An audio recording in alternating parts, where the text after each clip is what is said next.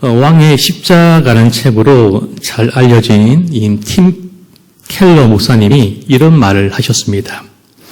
우리의 삶에는 언제나 아침에 눈을 떠보면 라헬이 아니라 레아가 있다는 것을 알아야 한다라고 말했습니다.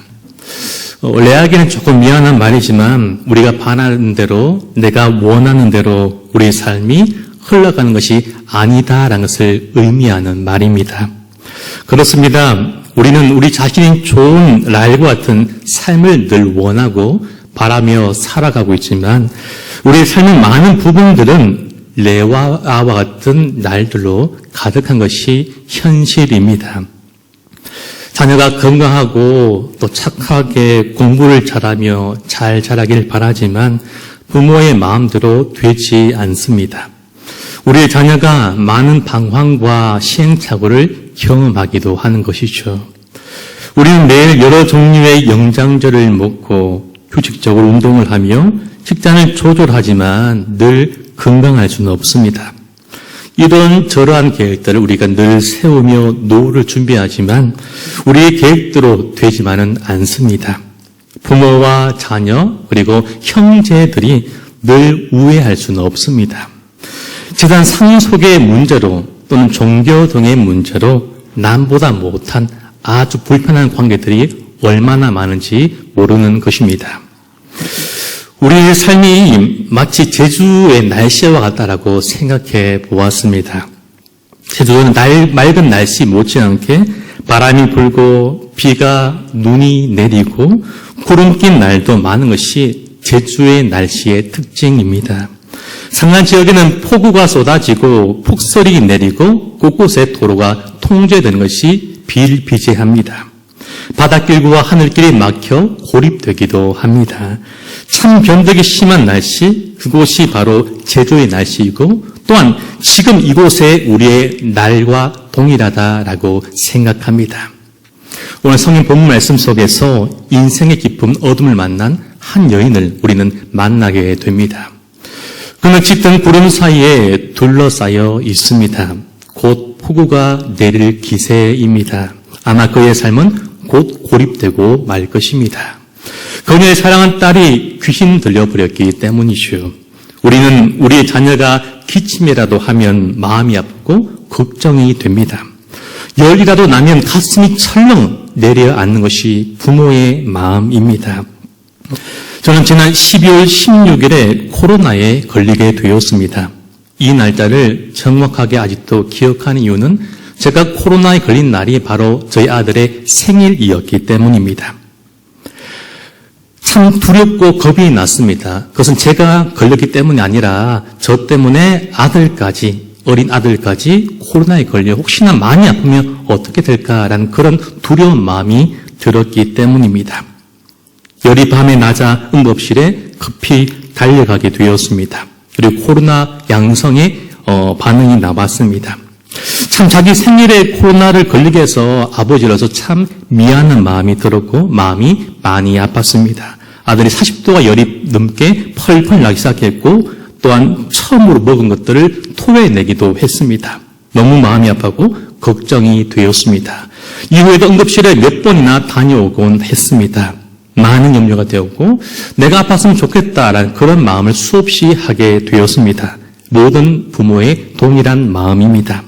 당연히 많은 분들의 중보의 기도와 사랑 그리고 이를 이루신 우리 하나님의 은혜로 말미암아 가장 빨리 회복되게 되었습니다. 참 감사한 일이었습니다.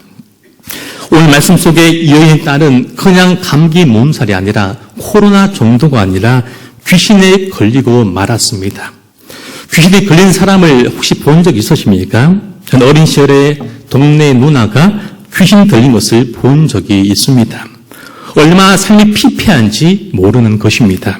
아마 이 여인의 딸은 자신의 몸을 자해하고 때론 다른 사람을 두렵게 만들었을 것입니다. 때론 자신의 엄마를 알아보지 못하고 마구 때리기도 했을 것입니다. 거품을 물기도 하고 알 수 없는 이유로 쓰러지는 일을 반복했을 것입니다. 그 영혼과 몸, 마음은 피폐해질 정도로 피폐해지고 말았던 것이죠. 용하다는 의원을 찾아다녔고 수많은 민간요법을 사용했습니다. 그들의 신들에게 빌고 또 빌었지만 아무 소용이 없었습니다. 그 인생을 삼키려는 풍랑이 그녀의 턱밑까지 차올랐을 때에 마침내 반가운 소식이 들려오게 되었습니다. 그가 있는 곳에 많은 병자를 고친 예수님이 오셨다라는 반가운 소식이었습니다. 예수님은 유대인들과의 부정것에 대한 논쟁을 마친 후에 갈릴리를 떠나 두로 지역으로 가셨습니다. 우리 예수님은 하나님으로서 앞으로의 사역들을 준비하시고 또 완전한 인간으로서의 피곤한 몸을 휴식을 취하기 위해서 그곳으로 오신 것입니다. 분명 아무도 모르게 조용히 그곳으로 오셨습니다. 그런 와중에 예수님이 이 그녀에게 그 소식이 들려오게 되었던 것이죠. 그녀는 그 소식을 듣자마자 달려옵니다. 고민할 필요 없이 예수님께 달려왔습니다. 그리고 그녀는 예수님을 만나게 되었습니다. 사랑하는 성도 여러분, 우리 인생의 아픔과 눈물이 하나님을 만나고 하나님의 은혜를 깊이 경험하는 귀한 시간이 됨을 믿으시길 바랍니다. 아픔과 고난이 싫습니다.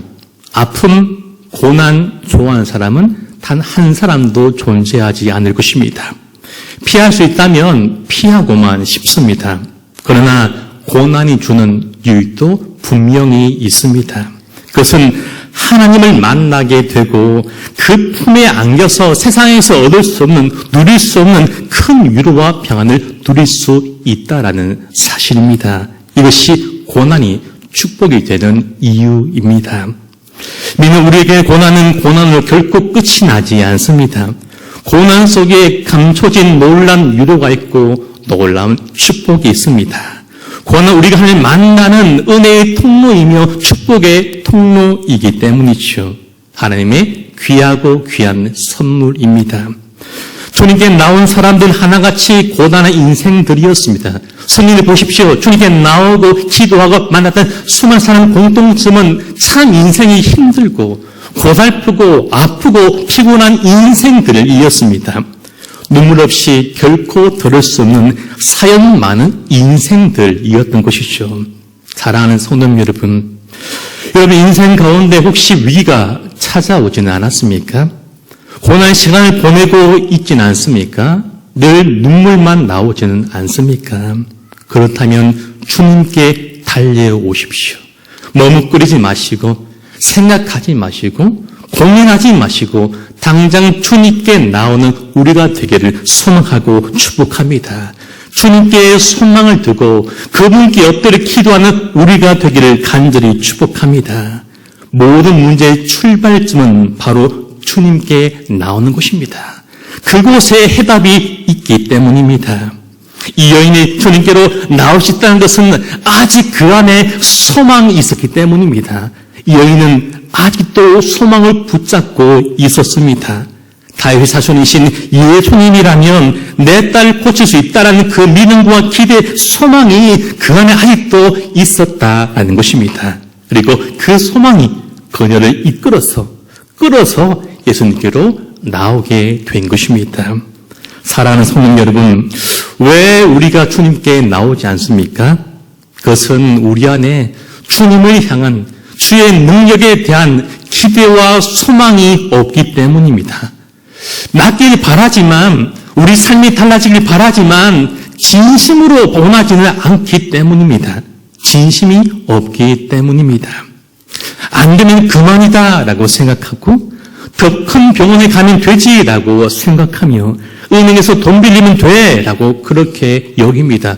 얼마든지 내 힘으로, 얼마든지 내 방법으로 인간적인 도움을 통해서, 관계를 통해서 나도 해결할 수 있다는 그런 믿음이 아직까지도 우리 안에 남아있기 때문입니다.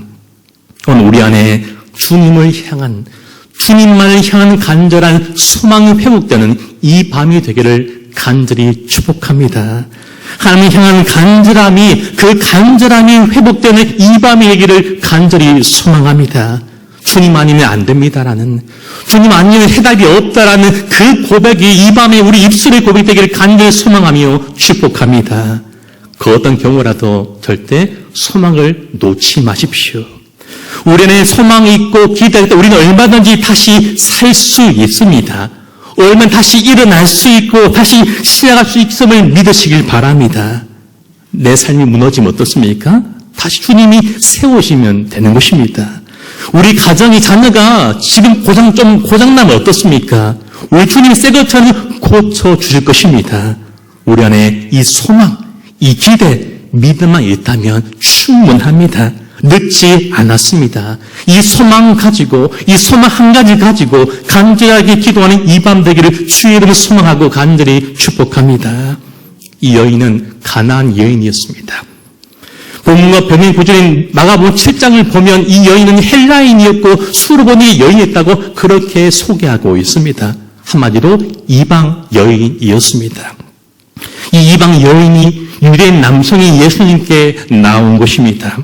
그는 조금의 멍뚱이 없이 곧장 예수님께로 달려 나왔습니다. 전력질주하였고 머뭇거리지 않았습니다. 이 여인이 예수님께 나와서 엎드렸다고 성경 그렇게 기록하고 있습니다. 겸손하게 엎드려 아주 겸손하게 하나님께 도움을 요청합니다. 그녀는 귓속말로 조곤조곤하게 사근사근하게 그렇게 조심스럽게 말하지 않았습니다. 머뭇거리면서 다른 사람의 눈치를 이리저리 보지도 않았습니다. 아무 눈치 보지 않고 그냥 애끓는 마음으로 주님의 이름을 간절하게 부르습니다. 주여 주님이라고 이렇게 크게 있는 그대로 부르짖었습니다. 소리쳤고 절규했습니다. 눈물 흘리며 가슴을 치면서 주님의 이름을 부르짖고 또 부르짖고 또 부르짖었습니다. 그런데 예수님은 아무런 반응이 없으셨습니다. 몇 번씩이나 계속 크게 불렀지만 예수님은 아무 대답도 하지 않으셨습니다. 낙심하기에 충분합니다. 자존심이 상하기에 충분합니다. 그러나 이 여인은 포기하지 않았습니다. 기도를 멈추지 않았습니다. 그의 기도 소리가 부르짐이 결코 작아지지 않았습니다. 오히려 더 크게 하나님께 간절하게 부르짖었습니다. 변함없이 여전히 그 기도의 자리를 끝까지 지키며 이 여인은 나아갔던 것입니다. 사랑하는 성도님 여러분, 우리는 하나님께 부르짖어야 합니다. 눈물을 가슴에 치는 애통한 기도가 우리의 기도가 되어야 합니다. 애통하는 것은 애통하는 기도는 아무나 할 수 있는 기도가 아닙니다. 성도의 애통과 성도의 애통의 기도는 고통과 약속 사이에 존재하기 때문입니다. 무슨 말입니까? 내 삶의 고통이 진짜 분명한 약속을 바라보기 때문에 눈물 흘리고 기도한 것이 바로 애통인 것입니다. 고통이 고통으로 끝나지 않고 애통이 되기 위해서는 오직 주님을 향한 소망이 있어야만 하는 것입니다. 우리의 애통을 누가 들으십니까? 하나님이 우리의 애통의 기도를 하나님이 들으십니다. 우리는 애통하며 소리지어서 날마다 부르짖으며 나아가야 합니다. 여러분, 조용한 절망이 가장 나쁜 것입니다. 조용한 절망, 그것이 정말 절망적이고 또 정말적인 일입니다. 우리가 부르짖지 않고 애통하지 않는 이유는 우리 모두가 하나님을 온전히 믿지는 않기 때문입니다. 우리 가운데서 정말 힘들어서 포기하지 말아야 하나님마저 포기해버린 경우가 얼마나 많은지 모르는 것입니다. 그러므로 우리에게는 늘 부르짖음과 이 애통하는 눈물의 기도가 필요합니다. 우리의 눈물은 세상의 사람들과 눈물과는 다른 것입니다. 이 애통은 믿는 자의 슬픔입니다. 우리 애통을 하나님이 기뻐하시고 이 애통을 통하여 우리는 하나님의 인도하심을 받게 되는 것입니다. 우리 마태복음 5장 4절의 말씀을 우리 함께 읽겠습니다. 애통하는 자는 복이 있나니. 아멘. 애통한 자가 복이 있다라고 성경을 말씀하십니다. 어떤 복입니까? 애통할 때 하나님의 따뜻한 위로가 있다라고 말씀합니다. 하나님 놀라운 사랑과 그분의 포근한 안아주심을 애통하는 자만이 누릴 수 있다라고 그렇게 말씀하고 있는 것입니다. 그리고 이 애통은 우리의 잠자는 영혼을 활짝 깨워줍니다. 혹시 우리의 영혼이 잠들지 않습니까? 그런데 오늘 이 밤에 하나님께 눈물 흘리게 해달라고, 부르짖게 해달라고, 애통하게 해달라고 기도하실 바랍니다. 이 애통이 우리의 잠자고 있던 이 영혼을 다시 깨워주기 때문입니다. 예수님께서 계속 대답이 없으셨습니다. 참 답답하고 두려운 침묵의 시간이 점점 더 길어져 갔습니다. 그러나 예수님의 침묵에도 이 여인은 결코 한 발짝도 물러서지 않았습니다. 주님, 우리의 간구와 기도에 때로는 침묵하십니다. 1년, 2년, 아니 지금까지 기도하지만 아무런 대답 없는 기도가 얼마나 많은지 모르는 것입니다. 그러나 그때에도, 침묵하실 때에도 우리의 기도는 멈추지 말아야만 합니다. 이 여인이 얼마나 크게 부르짖었든지 옆에 제 아들이 너무 시끄러워서 귀를 막기 시작했습니다. 인상을 찌푸렸습니다. 그리고 예수님께 말했습니다. 시끄러우니까, 너무 귀찮으니까 주님께서 얘네 이야기를 들어달라고 그렇게 예수님께 요청까지 했습니다. 그런데 주님이 이렇게 말씀하십니다. 마태복음 15장 24절입니다. 함께 읽겠습니다. 예수께서 대답하여 이르시되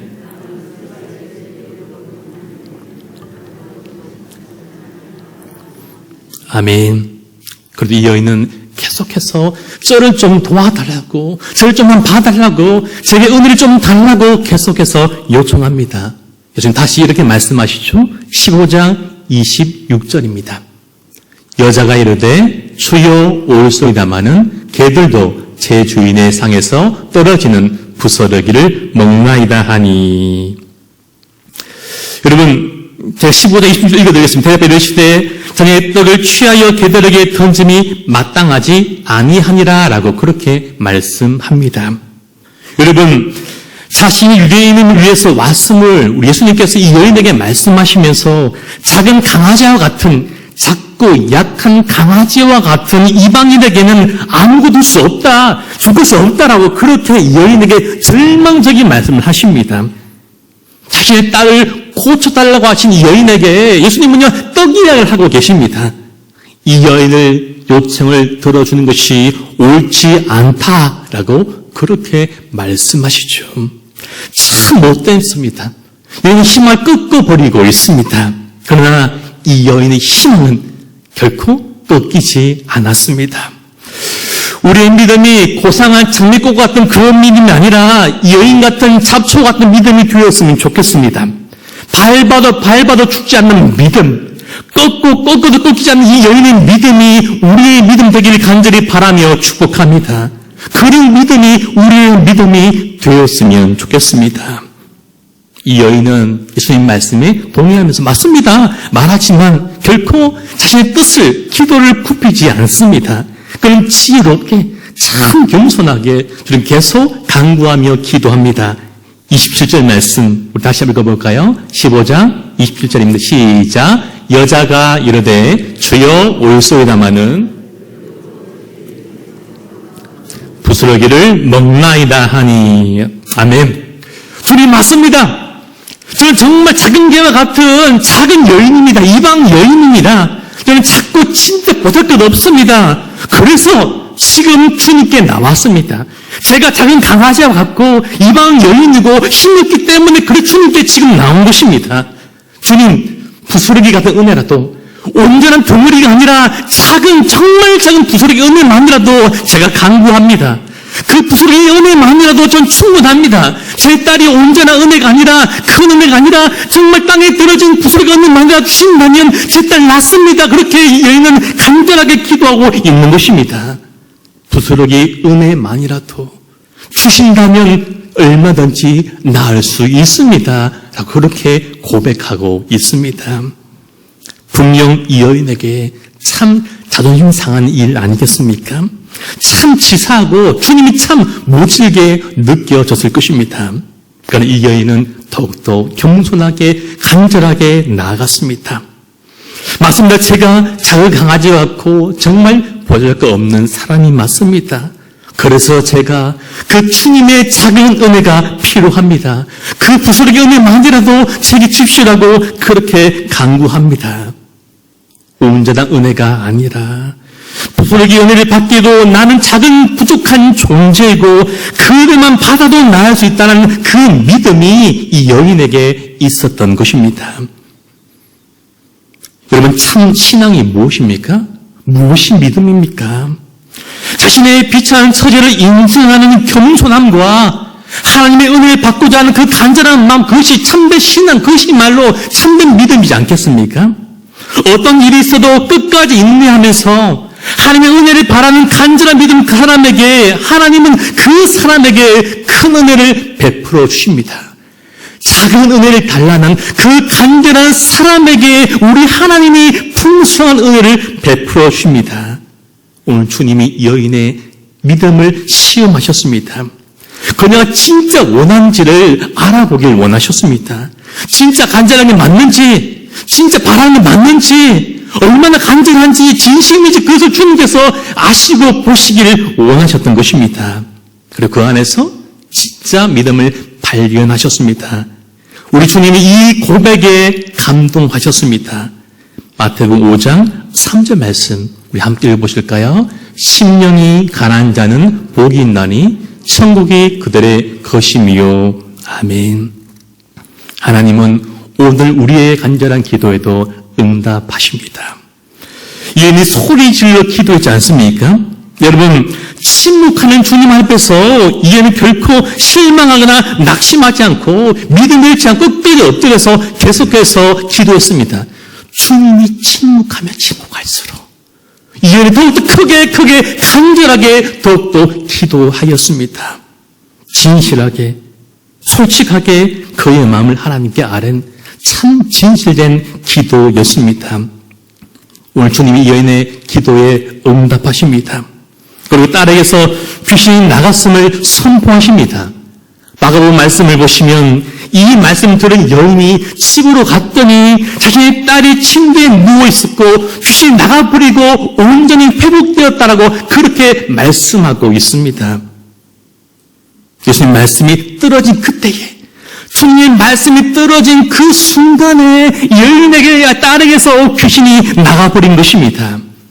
어둡고 피폐해진 딸의 영혼에 마침내 하나님의 나라가 임하였습니다. 어둠이 물러가고 그 딸의 인생 가운데 영광의 빛이 임하였습니다. 깊은 밤이 지나가고 소망의 아침이 이 여인과 이 딸에게 찾아왔습니다. 그리고 이 어머니의 마음에도 늘 추운 한결과 같고 늘 어두운 밤과 같은 이 여인의 마음에도 하나님의 나라, 그 따뜻한 나라, 영광의 빛의 나라, 생명의 나라가 이 여인에게도 마침내 이루어지게 되었습니다. 오늘 주님은 부스러기 은혜를 달라는 이 여인을 불쌍히 여겨주셨고 이 기도에 감동하셨습니다. 그럼 그렇습니다. 오늘 이 밤에 우리가 어떤 기도해야 됩니까? 하나님, 우리와 우리 자녀, 부모님, 우리 가정, 성도, 교회와 나라와 민족과 튀르키예와 시리아와 이 땅을 불쌍히 여겨달라는 이 기도를 우리가 드려야 합니다. 수많은 수식어 있는 수많은 기도 아니라 단 한 가지 기도, 간단한 기도, 그것은 바로 불쌍히 여겨달라는 기도입니다. 하나님, 저를 좀 불쌍히 해주십시오. 우리 인생을 좀 불쌍히 해달라는 이 기도가 우리의 기도 되기를 간절히 바라고 축복합니다. 여러분, 나라와 민족을 향한 예레미야의 애가를 하나님이 들으시며 함께 눈물 흘려 주셨습니다. 상마음을 가지고 제게 자식 달라고 생명을 달라는 그 한나의 애통하는 마음을 아시고 생명을 그에게 주셨습니다. 구덩이에서 감옥에서 외로이 하나님을 향한 그 요셉의 기도를 들어주시고 그를 세워 주셨습니다. 오늘 우리의 기도가 일하길 원합니다. 불쌍히 여겨달라는 기도, 제 인생 가운데 부스러기 은혜만을 달라는 이 기도가 우리 기도 되기를 축복합니다. 말씀을 맺겠습니다. 박순희 시인의 사람의 말이라는 시가 있습니다. 제가 한번 읽어드리겠습니다. 사람들은 날이 밝으면 동산 위로 해가 솟았다고 말한다. 한낮이 되어 그림자가 짧아지면 해가 머리 위에 와 있다고 말한다. 저녁노을마저 사위고 숲이 어둠에 잠기기 시작하면 해가 넘어갔다고 말한다. 해는 하루 종일 그 자리에 있었는데 사람들은 해가 하루 종일 움직였다고 말한다. 여러분, 해는 늘 그 자리에 있습니다. 해는 늘 그 자리에 있습니다. 우리가 움직이고 우리가 변할 뿐입니다. 마찬가지입니다. 우리의 주님은, 하나님은 늘 그 자리에 계십니다. 우리가 기쁠 때도 그 자리에 계시고, 우리가 슬플 때도 그 자리에 계시고, 우리 인생이 고단할 때도, 웃음 지를 때도, 눈물 흘릴 때도 우리 주님은 늘 그 자리에 계십니다. 그러므로 오늘 우리는 그 주님께 이 자리에 나와 간절하게 기도를 드리는 것입니다. 우리 시편 70편 5절 말씀을 마지막으로 함께 읽겠습니다. 시편 70편 5절입니다. 나는 가난하고 궁핍하오니 하나님이여 속히 내게 임하소서. 주는 나의 도움이시오. 나를 건지는 이시오니 여호와에 지체하지 마소서. 아멘. 이 다윗의 고백, 이 다윗의 부르짖음, 이 다윗의 기도가 우리의 기도와 우리 부전 되기를 간절히 축복합니다. 우리의 슬픔 변하여 기쁨 되게 하시고 우리의 한숨을 변하여 찬송과 노래 되게 하실 것입니다. 그 주님의 믿음으로 신뢰함으로 간절하게 겸손하게 엎드려 기도하는 이 밤 되기를 참 좋으시고 참 신실하시고 우리 모든 슬픔 아신 주님 이름으로 간절히 소망하며 축복합니다.